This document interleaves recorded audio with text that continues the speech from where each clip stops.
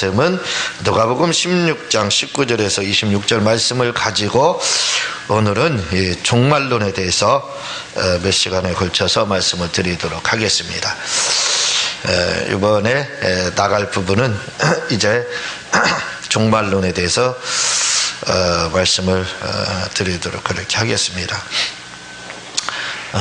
우리가 이 종말론이다 이렇게 하면 두 가지로 생각을 할 수 있는데, 하나는 개인적인 종말론가, 또는 또 한 가지는 역사적인 종말론, 이렇게 나눠지게 됩니다. 그래서 개인적인 종말론이라는 것은 육체의 죽음과 또 그 후에 있을 그 중간기에 대해서 이야기를 하는 것이고, 역사론적 종말론이다 그러면 이제 재림, 주님의 재림으로부터 천년왕국을 거쳐서 최후의 심판까지, 그리고 이제 그 마지막 그 최후의 심판을 거친 후에 천국이냐 지옥이냐 하는 거기까지 이제 정말 이렇게 역사론적 종말론이다 이렇게 이야기를 합니다. 그런데 이 종말론 중에서도 오늘 나갈 부분은 육체적 죽음과 사후의 중간 상태에 대해서, 다시 말하면 개인적 종말론에 대해서 말씀을 드리도록 그렇게 하겠습니다. 죽음이라는 것에 대해서 우리가 죽음 이렇게 이야기를 하게 되면 죽음이다 이렇게 하면 대부분 다 호흡이 끊어진다, 숨을 쉬지 않는다, 우리는 그렇게 이제 죽음에 대해서 판단을 내립니다. 이것은 생물학적인 그러한 그 입장에서 내리는 판단입니다. 근데 이 죽음이라는 것이 우리가 생각하는 것처럼 그렇게 단순하게 결정을 내리는 게 아니에요. 그래서 죽음에 대한 부분들이 각각 다릅니다. 우리는 단순히 호흡을 하지 않는 것이 죽음이다 라고 이야기를 하지만, 의사들은 그렇게 이야기하지 않습니다. 의사들이 말하는 죽음이라는 것은 심장이 멈추고 호흡만 멈춰서 되는 게 아니에요. 심장이 멈추고 또는 맥박까지도 멈추는 것, 맥박이 없는 것, 거기까지 가야 죽음이다 이렇게 받아들이는 겁니다. 죽음하면 우리는 단순히 호흡을 하지 않는다라고 생각하는 거, 이렇게 생각을 하는데, 그렇게 의사들은 생각하지 않는다 이거죠. 그래서 호흡도 하지 않을 뿐만 아니라 심장박동도 느끼지 못하고 맥박도 없어야만 비로소 죽었다 하고 결정을 내린다 이 말입니다. 뿐만 아니라 이렇게 죽음에 대해서는 생물학적인 죽음이 있는가 하면 의학적인 죽음도 있고, 또 죽음이 하나가 또 있는데 종교적인 그러한 죽음이 있습니다. 그래서 의학적인 죽음은 호흡을 멈추고 심장박동을 멈추고 맥박이 뛰지 않을 때 바로 죽음이다 이렇게 이야기를 하지만, 종교적인 입장에서 죽음은 영혼이 분리되는 겁니다. 영혼이 분리되는 것. 그래서 영혼이 분리돼서 그것도 천국에 가는 것에 대해서 죽음이라고 하지 않습니다. 그러니까 우리는 잔다 이렇게 표현을 하고 있지, 죽었다라고 표현을 성경에서는 잘 하지 않고 있습니다. 왜냐하면 우리는 죽는 것이 아니라 마치 꿈꾸는 거랑 같다 이거죠. 마치 환상 보는 거랑 같은 그런 것이 연속으로 되는 거다 이렇게 생각하면 됩니다. 그래서 믿지 않는 사람들의 죽음이다 이럴 때, 종교적으로 할 때는 우리 기독교적 입장에서는 지옥에 갔다 그 말입니다. 지옥에 간 것이 죽음이에요.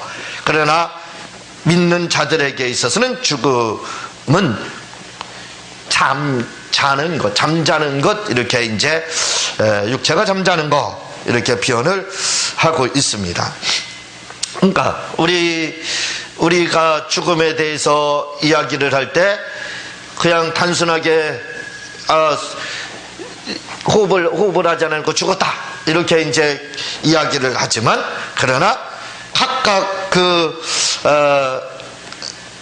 분야에서 주장하는 것들은 다르다 이겁니다. 비록 육체가 호흡이 멈추고 심장박동이 끊어졌다 할지라도, 그보다 더 중요한 죽음은 두 번째 죽는, 바로 영혼이 죽는 지옥에 가는 것, 그것이 문제다 이거죠. 그게 더 큰 문제다, 이렇게 우리는 생각을 해야 됩니다. 이 죽음에 대해서 펠라기우스 주의자들은 뭐라고 이야기를 하냐면, 사람이 창조된 이유는 죽기 위해서 창조됐다. 사람이 왜 창조됐느냐? 죽기 위해서 창조됐다, 이렇게 이제 주장을 합니다. 어떤 사람은 왜 사냐? 먹기 위해서 산다 하는 것 같이 살기 위해서 또 먹는다, 이렇게도 주장하죠. 그런 것처럼 이 펠라기우스 학파들은, 이들은 왜 그러면 죽음이라는 것이 왜 죽느냐, 사람이라는 건 도대체 왜 창조됐느냐 할 때 죽기 위해서 창조됐다, 이렇게 이제 이야기를 합니다. 가만히 생각해 보면은 그것도 맞을 수도 있을 것 같아요. 왜냐하면 사람은 태어나서 다 죽기 때문에. 그래서 죽기 위해서 태어났다 하면 그럴 수도 있겠다 생각을 하지만, 성경적인 입장은 아닙니다. 성경은 죽기 위해서 태어났다라고 이야기를 하지 않습니다. 성경은 우리가 영생을 누리도록 그렇게 창조함을 받았지만, 그러나 바로 죄로 인해서 아담과 하와라는 분들이 선악과를 범함으로 말미암아, 하나님의 계명, 하나님의 명령, 하나님의 언약을 어김으로 말미암아 바로 그에 대한 형벌로다 온 것이 바로 죽음이다, 이렇게 이야기를 하고 있습니다. 그래서 죽음이라는 것은 하나님의 형벌, 다시 말하면 율법의 저주다, 이렇게 보면 되는 겁니다. 그 저주로 다 우리에게 찾아온 것이 바로 이 죽음이다 라고 우리는 그렇게 받아들여야 됩니다. 그런데 문제는요, 그러면 믿지 않는 자들의 죽음은 죄의 결과로 죽는다 이거죠. 죄의 결과로 믿지 않는 자들이 죽는데, 그러면 믿는 자들, 다시 말하면 거듭난 자들은 왜 죽느냐 이거예요. 죄의 결과라 이겁니다. 죄의 결과기 때문에 믿지 않는 사람들은, 그래 너희들은 죄가 믿지 않기 때문에 죄 때문에 죽는 거다, 이렇게 결론을 내리게 된다면, 그럼 믿는 자들은 왜 죽느냐 이겁니다. 너희들의 주장은 이미 죽음에서 예수님의 그 부활에 참여하는 것처럼 참여하게 됐는데, 거듭났다는 것은 새로 태어났다는 뜻입니다. 새로운 탄생을 이야기하거든요. 그런데 너희들은 그러면 죄 때문에, 죄가 이미 사함을 받았다 하면은, 죄 사함을 받았는데 당신들은 왜 죽느냐, 믿는 사람들은 그 왜 죽느냐 이겁니다. 참 난해한 질문이죠. 이렇게 질문 드리면 여러분들은 어떻게 대답할 겁니까? 각자 생각해 보세요. 무슨 대답을 할지. 제가 질문을 안 하겠습니다. 질문은 안 드려요. 그러나 각자 한번 생각을 해보라 이거죠. 거듭났으면 왜 죽느냐 이거예요. 믿지 않는 사람들이 죄 때문에 죽었다, 죽음이 왔다 그러면, 믿는 사람들은 이미 거듭났음에도 불구하고, 죄사함을 받았음에도 불구하고 왜 그러면 죽느냐 그 말입니다. 왜 죽을 것 같아요? 예, 할렐루야. 제가 그냥 묻고 대답하려고 하지는 않았는데, 우리 권사님 또 착실하게 이렇게 대답을 해주셔서 감사를 드리기는 합니다. 예, 그것도 그렇지만 조직신학에서는 그렇게 말하지 않습니다. 왜 그러면 믿는 자들에게 있어서 죽음이라는 것은 뭐냐 이거예요. 그것은 하나의 과정이라는 겁니다. 뱀이 허물을 벗는 것과 같이요, 그 뱀이 성장하기 위해서 뱀도 허물을 벗습니다. 그런 것과 같이 하나의 그 과정인데, 무슨 과정이냐 할 때는 바로 성화의 과정이라는 겁니다. 죽음 자체가 기독교인들에게는 저주가 아니고 형벌이 아니라, 죄의 결과가 아니라, 이제는 우리에게 있어서 죽음이라는 것은, 그것은 바로 성화의 과정이라는 겁니다. 성화의 과정이 바로 죽음이라는 거예요. 왜냐하면 본인 당사자에게 있어서는 성화의 완성이고, 그 죽음을 봄으로써 그 죽음을 대하는 사람들, 그 죽음을 보는 사람들의 입장에서는 그 죽음을 통해서 자기 반성이 이루어진다는 거예요. 하나님의 뜻을 생각하고 하나님께 다가가려고 하고, 그리고 자기 자신을 뒤돌아봐서 겸손하게 된다는 겁니다. 그러니까 죽음이라는 것이 믿는 자들에게 있어서는 뭐냐면 하나의 하나님의 음성이다 이 말입니다. 하나님의 음성, 그것이 바로 죽음이라는 거예요. 그래서 죽음을 통해서 잠언서나 전도사에 보면은 지혜로운 자는 초상집을 간다 이렇게 이제 이야기를 합니다. 왜 그러느냐면 그곳에 하나님의 음성이 있다 이거죠. 자기 자신을 성찰할 수 있고 되돌아볼 수 있고 반성할 수 있는 기회가 어디에서 주어집니까? 바로 초상집에 가서 죽음을 보고 우리는 우리 자신을 다시 찾아보는 겁니다. 젊은 사람들은 죽음과 자기와는 아무 연관성이 없다고 생각해요. 그래서 죽음에 대해서 전혀 관심이 없습니다. 그러나 이제 나이가 들게 되면요, 사람들이 죽음에 대한 그 생각을 항상 그 의식 속에 있습니다. 그렇죠. 그 의식을 가지고 살게 돼요. 그런데 그런 의식을 가지고 사는 사람도 있는가 하면 또 그렇지 못한 사람들도 있습니다. 그러나 지혜로운 사람들은 어떤 사람들이냐면 바로 죽음을 의식하고 사는 사람들이 바로 지혜로운 사람이라 이거죠. 그래서 죽음을 생각하고 또 그 죽은 자들을 봄으로써 내 자신을 경성할 수 있고 내 자신을 채찍질할 수 있게 된다 이거죠. 그래서 죽음은 하나의 우리 성도들에게 있어서는 하나님의 음성이며 성화의 가정이다 이렇게 이야기를 하고 있습니다. 죽음을 통해서 그 죽음을 통해서 나도 죽는 것을 보고 언젠가는 주님을 만날 거에 대한 것, 그걸 의식하게 된다 이거죠. 여러분들은 어떻게 생각할지 모르지만 저는요 가끔 그런 생각을 하고 있습니다. 무슨 생각을 하냐면 내가 지금처럼 이렇게 하다가 내가 죽었다 이거예요. 죽어서 천국에 가게 되면 과연 주님으로부터 포옹을 받겠느냐, 환대를 받겠느냐, 아니면 너 잘했다 뭐 했느냐고 뺨을 맞겠느냐, 그 생각하면 아찔합니다. 여러분들은 어떻게 생각하고 잠자리에 드는지 모르겠습니다. 저는 가끔 그 생각을 해요. 내가 만약에 이대로 죽는다면 나는 무슨 주님으로부터 어떤 소리를 들을까? 너 잘못했다 그 책망은 두 번째고 주님이 다가오자마자 뺨대기를 치면서 네가 그럴 수 있느냐 하시면서 혹시 책망하지 않을까 썸짓합니다. 그런 생각을 하게 되면. 그런데 이런 죽음을 생각하고 사는 사람들은요 하나님의 뜻대로 하나님 말씀대로 살려고 굉장히 노력을 합니다. 그렇죠. 어떻게 해서든지 하나님 마음에 합당하게 살려고 노력을 하죠. 그러나 죽음을 생각하지 않은 사람들은 그런 생각이, 그런 의식이 전혀 없습니다. 그래서 지혜로운 사람들은 죽음을 생각하는 거예요. 그래서 헬라에 유명한 왕이 있었습니다. 이 왕에게는 옆에 한 신하를 개인적으로 개인 교수처럼 아주 붙여놨습니다. 그 신하가 하는 일은 간단해요. 그래서 뭐냐면 아침에 일어나면은 하는 말이 있습니다. 왕이시여 당신도 죽습니다. 그 한마디 하라고 세우는 거예요. 월급 주면서 세우는 겁니다. 그래서 후에 정치를 잘했다 이제 그런 이야기가 있는데 바로 지혜로운 사람들은 초상집에 그 마음이 가 있는 거예요. 그 죽음을 생각하면서 내 자신을 돌아볼 수 있게 되는 거죠. 내가 하나님 이대로 살아서는 안 되겠다.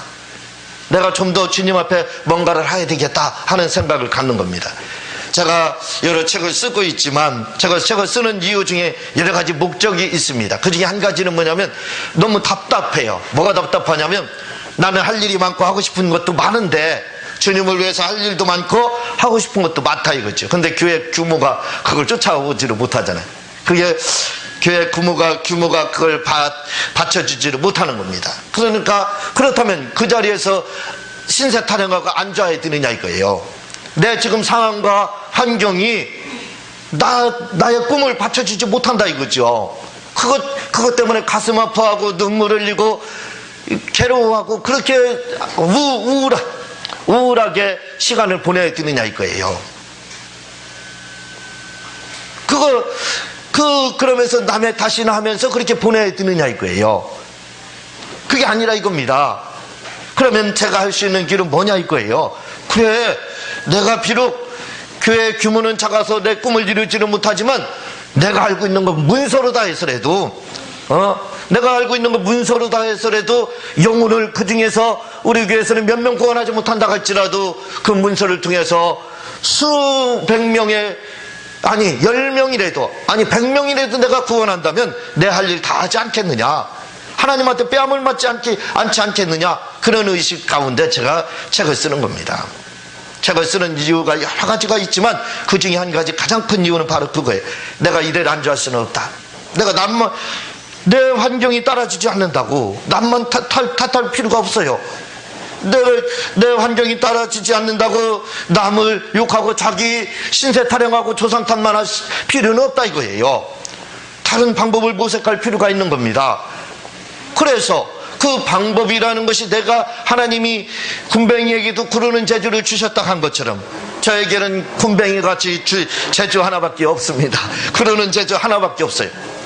그 한 가지 재주를 100가지로 응용해서 쓰면 되는 거예요. 그 한 가지 재주, 그거 보이지 않는 그 군뱅이 구르는 거, 그게 보면 사람들 우스워요. 저기 뭐 구르는 거 가지고 저 구르는 거 그거 하나 그렇게 할 수도 있습니다. 그러나 그것을 가지고 묘기를 부리자 이거예요. 100가지로 응용해서 묘기를 부리면 그 군뱅이는 자기 할 일을 다 하는 겁니다. 그러니까 저는 그거예요. 하나님이 나에게 주신 재주는 군뱅이처럼 구르는 재주 하나밖에 없다. 그러니까 그 재주 가지고 내가 할 수 있는 것을 다 응용해 보는 거예요. 그 하나 가지고 이쪽으로도 활용해보고 저렇게도 활용해보고 해서 안주할 필요가 없이 나는 나의 나름대로 전진을 한다 이거죠. 그러니까 저는 전도를 하지 않는 것 같지만, 전도를 하지 않는 것 같이 보지만 제가 우리 집사람한테 가끔 이야기합니다. 나보다 전도 많이 하는 사람은 없다고요. 왜냐하면 책으로 다 문서로 다 막 하는 거예요. 그거라도 하나 하면 주님 앞에 위에 가가지고 뺨대기를 맞으면서 너 군부행이처럼 구르는 재주 하나 줬는데 너 그거 원망만 했지 그거 사용하지 않느냐 하는 그런 소리를 들을까봐. 그런 소리들을 그거 생각하면 자다가 정신이 바짝 납니다. 기도할 때도 정신이 바짝 나요. 근데 우리는 많은 분들은 대부분은 다 그렇게 자기 상황과 환경이 우리 따라지지 않으면 그거에 대한 원망만 하고 남의 탓만 한다 이거죠. 물론 저도 그런 때가 있었지만 그러나 그게 아니라 이거죠. 그래서 책을 막 쓰는 겁니다. 그래서 책을 써서 그래도 내가 할 수 있는 거 이거 가지고 하자. 그 동영상 촬영도 하는 거예요. 왜 하느냐? 이유는 간단합니다. 그래 책으로 못 보는 사람은 동영상이라도 봐라 이거예요.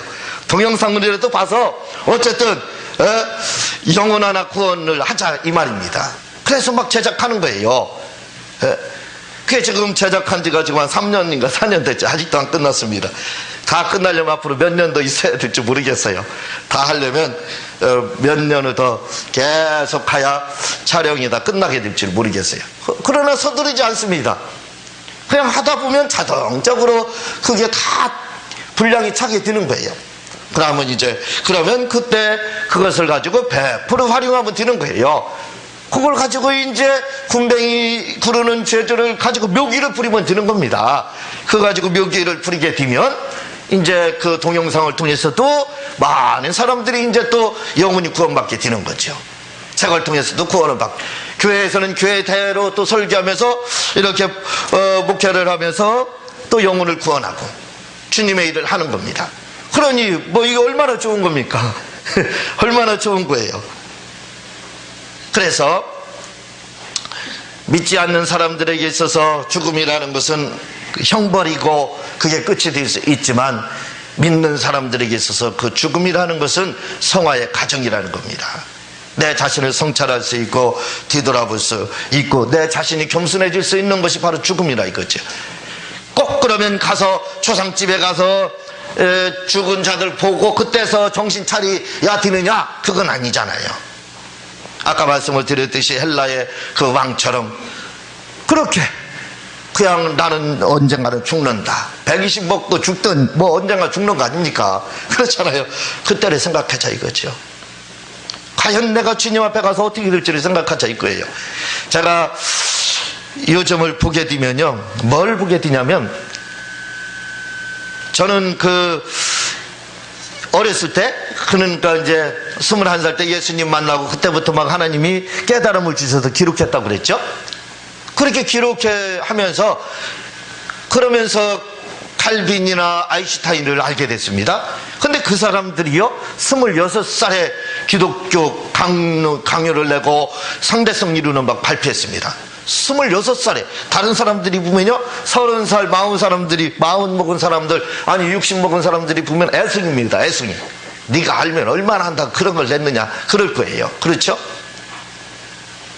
그런 생각을 저도 가졌어요. 야, 칼빈 26, 나도 그래서 26살에 책 놔야 되겠다, 그 생각을 사실은 품었습니다. 그러면서도 야, 26살에 가진 영감으로다, 26살에 되는 저 상대성 이론이 무슨 능력이 있겠느냐, 나름대로 그렇게도 무시도 하고 그렇게도 생각을 해보았습니다. 그러면서 계속 정리를 했어요. 그리고 이제 그 상태로서 20년이 훨씬 넘었어요. 20년이 넘었습니다. 근데 지금 와서요, 제가 그때부터 한 걸 다 기록이 있습니다. 그걸 주일날 설교할 때 또는 오늘같이 수요 예배나 저녁 예배나 이런 설교할 때 다시 뒤돌아봐요. 그걸 참고를 합니다. 제가 그때마다 무릎을 치면서 놀래요. 무릎을 치면서 놀라는 게 한 가지가 있습니다. 그것은 뭐냐면요, 지금 영감보다 그때 새파랗게 애송이 같은 그때 그 젊은이의, 지금도 젊지만요, 그때 애송이 같은 그 젊은이가, 그 젊은이의 영감이 지금보다 뛰어납니다. 못 쫓아가요. 이게 나이 먹기 전에는 그걸 몰랐어요. 나이 먹기 전에는 칼빈, 아인슈타인 그걸 무시했어요. 아이쿠, 26살. 야, 니들 알면 얼마나, 그 생각을 가졌어요. 근데 제가 그때부터 한 게 다 있지 않습니까? 그걸 설교를 준비하면서 다시 다 끌어올려요, 컴퓨터로. 그걸 보면서 설교를 준비하면, 제가 여기서 말씀을 준비하기 전에 일주일 동안 묵상을 해요. 그리고 그때 받았던, 그때 했던 설교 내용을 다시 끌어올려서 보게 됩니다. 그러면요, 내가 창피합니다. 얼굴이 붉어져요. 왜냐하면 그때보다 지금 더 많은 책을 받고 그때보다 더 많은 그 기도도 하고 묵상됐다 이거죠. 그런데 그때 영감에 못 미칩니다. 그때 영감에 못 미쳐요. 그걸 바라보면서, 이야, 그렇구나. 무슨 생각을 갖냐면요, 이 영감이라는 것이 나이가 들면 들수록 우리 생각으로는 목표만 계속 있기 때문에 영감이 더 깊어지고 말씀이 더 깊어질 줄 그렇게 우리는 생각해요. 아닙니다. 오히려 반대 현상이 나타나게 돼요. 나이가 들면 들수록 영감이 떨어집니다. 오히려 영감이 떨어져요. 제 경험으로는 그래.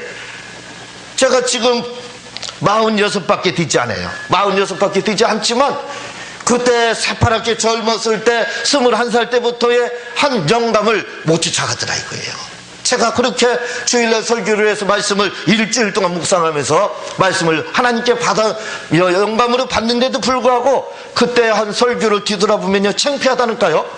그래서 지금 설교한 것보다 그때 걸 다시 그걸 가지고 그걸 영감으로 이용해서 다시 설교를 작성하고 할 때가 한두 번이 아닙니다. 그러니까 우리 생각으로는 전혀 반대더라 이거죠. 제 생각과는 전혀 반대의 생각이 이렇게 나타나게 되더라 이거죠. 오늘 우리가 죽음을 의식하고 살아야 된다 이거죠. 죽음을 의식하고 사는 사람은 바로 지혜로운 사람이라고 그랬습니다. 그래서 이 죽음을 의식하고 우리가 살게 된다면 다른 거 하지를 못한다 이거죠. 다른 거 생각할 겨를이 없습니다. 오직 주님의 일만 생각할 수밖에 없어요. 왜냐하면 내가 주님 품에 분명히 안기게 된다 이거죠. 그런데 그때 가서 열심히 한다고 했는데 뺨 맞으면 어떻게 해요? 여러분들은 안 맞겠지만 저는 오른뺨이 한 뺨 양쪽으로 그냥 돌려가면서 맞게 되면 섬찟하지 않습니까? 내가 고등학교 졸업하고 1년 재수하고 그리고 내가 신학해서 120까지 살면은 몇 년 하는 거예요? 100년을 100년 신앙생활 하는 거예요. 100년이요. 100년이 넘죠 신앙생활은. 신학을 한 건 100년이 드는 겁니다. 120까지 살면. 근데 100년 동안 열심히 목회하고 예를 들어 그렇게 했는데 보자마자 주님이 뺨대기를 때리면 제 그거 무슨 낙이 있고 무슨 기쁨이 있겠습니까? 몰라요. 모르겠어요. 저는 그 생각을 하면 그 생각을 가끔 같아요. 그래서 아주 섬찟섬찟한 그런 생각을 갖습니다. 그래서 주직신학에서는 이 죽음이라는 것이 바로 성화의 한 과정이다, 이렇게 말하는 건 아닐까, 그렇게 생각을 합니다. 어떻게 뭐 자기 생각대로 하는 거죠. 제 수준에 맞게 생각하는 거고, 또 권사님대로 생각하시면 되는 거고 그런 거죠. 예, 오늘은 여기까지 하도록 하겠습니다. 이 서론도 못 나가고 마쳤네요. 예, 제가 기도하고 주님 가르친 기도로 마치도록 하겠습니다. 하나님 아버지,